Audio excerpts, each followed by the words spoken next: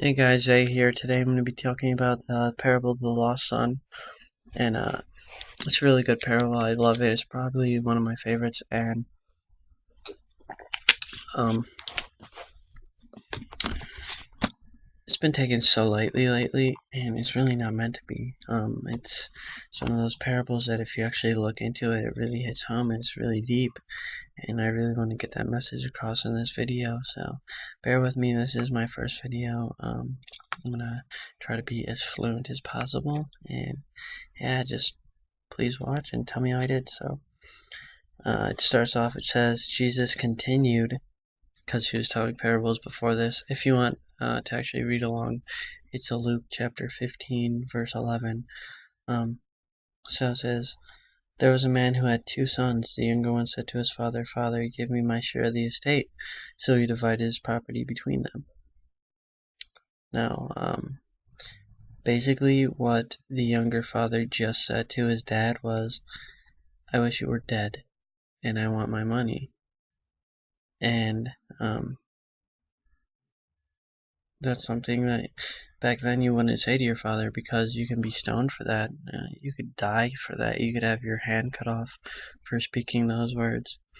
But it says that the father gave him the money and let him go. So, well, to read on, it says, not long after that, the younger son got together all he had, set off for a distant country, and there squandered his wealth in wild living. After he had spent everything, there was a severe famine in that whole country, and he began to be in need. So he went and hired himself out to a citizen of that country, who sent him to his fields to feed pigs. He longed to fill his stomach with the pods that the pigs were eating, but no one gave him anything. Okay, so this man is a Jew, and it is absolutely unheard of for a Jew to eat anything that an animal would eat. That's not acceptable in their culture and society.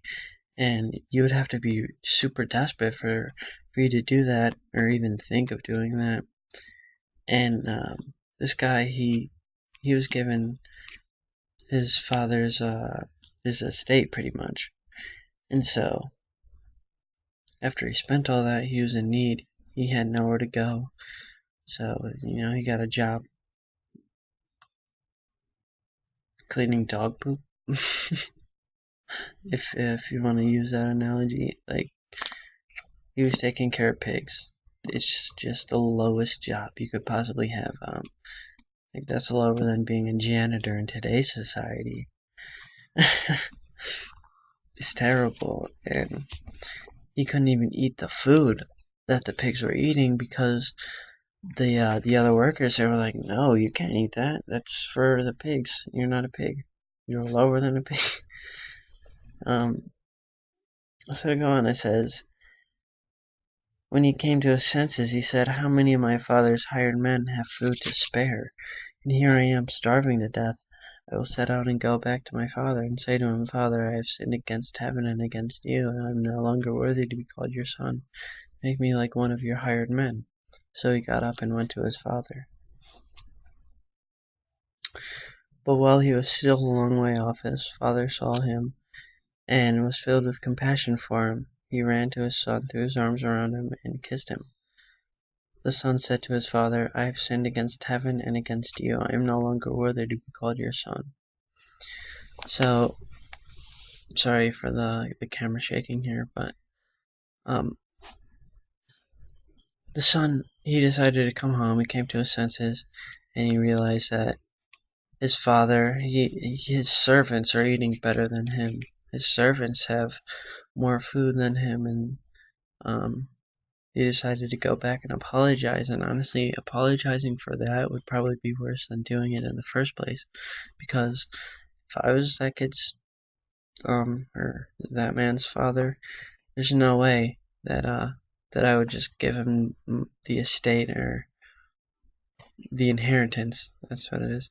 And I would have probably just told him to get away from me, to get out of my sight, and not to come back. But this guy, he said he was so filled with compassion that he ran to his son, hugged him, and kissed him. And hold on. Back in Jewish culture, you didn't run. Okay, you would not run if you were a man. You would walk, but you would never run. Running was socially unacceptable. But this guy, he saw his kid and he just took off. And that's what love does. It makes you take off. It makes you say, I don't care what the rules are, what the standards are, but I'm just gonna go do this. And honestly, sorry, I'm like trailing off a little bit here, but I honestly think we need to get that love back in the world because the world's become so dry and so linear and formal. People they do stuff by the book too much, and they forget that we have to love and we have to have compassion for other people. And that's a message I really want to share with people, and I want to bring that back to the world because we need it. We can't live without it. There's no more humanity. People are going crazy and doing all this stuff to harm and to bring chaos to the world. And we just have to show love. That's what we have to do. And that's honestly what God wants us to do. So, to get back to this, it says, but the father said to his servants, quick, bring the best robe and put it on, and put a ring on his finger and sandals on his feet. Bring the fattened calf and kill it. Let's have a feast and celebrate. For this son of mine was dead and is alive again. He was lost and is found. So they began to celebrate. Meanwhile, the older son was in the field. He came near the house. He heard music and dancing. So he called one of the servants and asked him what was going on. Your brother has come home, he said. Oh, I'm sorry. Your brother has come, he replied, and your father has killed the fattened calf because he has him back safe and sound. The older brother became angry and refused to go in. So his father went out and pleaded with him. But he answered his father, look, all these years I've been slaving for you and never disobeyed your orders, yet you never gave me a young goat so I could celebrate with my friends. But when this son of yours, who has squandered your property with prostitutes, come to you, you kill the fattened calf for him. So the father, even though the son humiliated him by taking his estate early before he died and running off with it, which I'm sure everyone in the town would have known about that. They would have been like, you're the guy who gave your kid the inheritance before you even died, and they would have laughed at him. He came back, and the son came back, I'm sorry, and the father, he said, okay, get the best robe we have, get a ring on his finger, kill the fattened calf for him. Let's have a party and celebrate that my son's come home.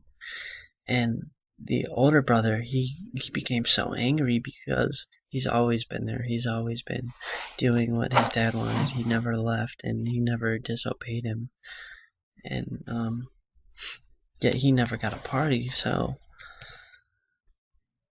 the father says to his son, my son, the father said, you are always with me and everything I have is yours. But we had to celebrate and be glad because this brother of yours was dead and is alive again. He was lost and is found. The dad saying to his son, you shouldn't feel like no, I'm sorry. He's saying, your brother's here, he's alive, we have him back, okay? We need to celebrate and be glad. We need to cherish him because he's returned and he's changed. And he's here now. We have him. Because back then they couldn't just make a phone call or text someone and be like, okay, well, I'll talk to you later. When you said goodbye, you didn't know when they were coming back. You didn't know if they were coming back. And you just had to hope for the best. So, the older brother, I think people in today's society are kind of like him.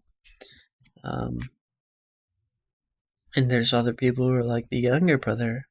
For example, they'll they leave, they're not with God anymore. They go off and do their own thing. I think that's what this is kind of representing to us. It's that we do the same thing. I think the Father in this is kind of representing God in a way, and the love that God has for us.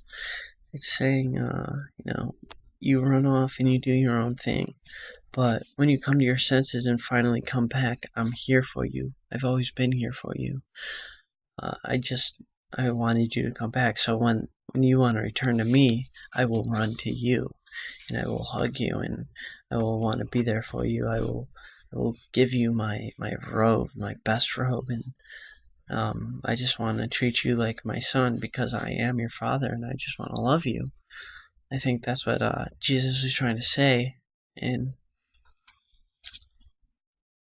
I don't think we get that. Then there's people who are like the older brother who think, okay, I've never left you, God. I've never turned my back on you. I've always listened to what you said. I've always tried to love people and be that good person, and yet you never do this stuff for me. You never do this awesome stuff for me. And okay, I should have mentioned this earlier, but in my opinion, I think that the inheritance mentioned in this parable is really our inheritance of eternal life. Because there's people like the younger brother who leave and then come back, and it's given to them. And there's other people who think that they can earn it, and they work for it. And I think God's saying, no, okay, this inheritance is not something that is deserved. It's something that I give to you. It's my gift to you. It's something that you can obtain yourself, but I can give because I love. And I think that's what the older brother represents. He represents the people who, like the Pharisees, thought that they were righteous and that they could impress God, and you can't impress God. It says in Romans that all have fallen short. No one is righteous. So, there's a lot with this parable. There's a lot more that you could get into. And I hope you enjoyed this video. Please leave comments in the section below. Subscribe. Well, don't subscribe. I don't know if I'm going to be making any more videos. It depends on how this one turns out. But I thank you if you watched all the way to the end. And God willing, I'll make a video next week. Goodbye.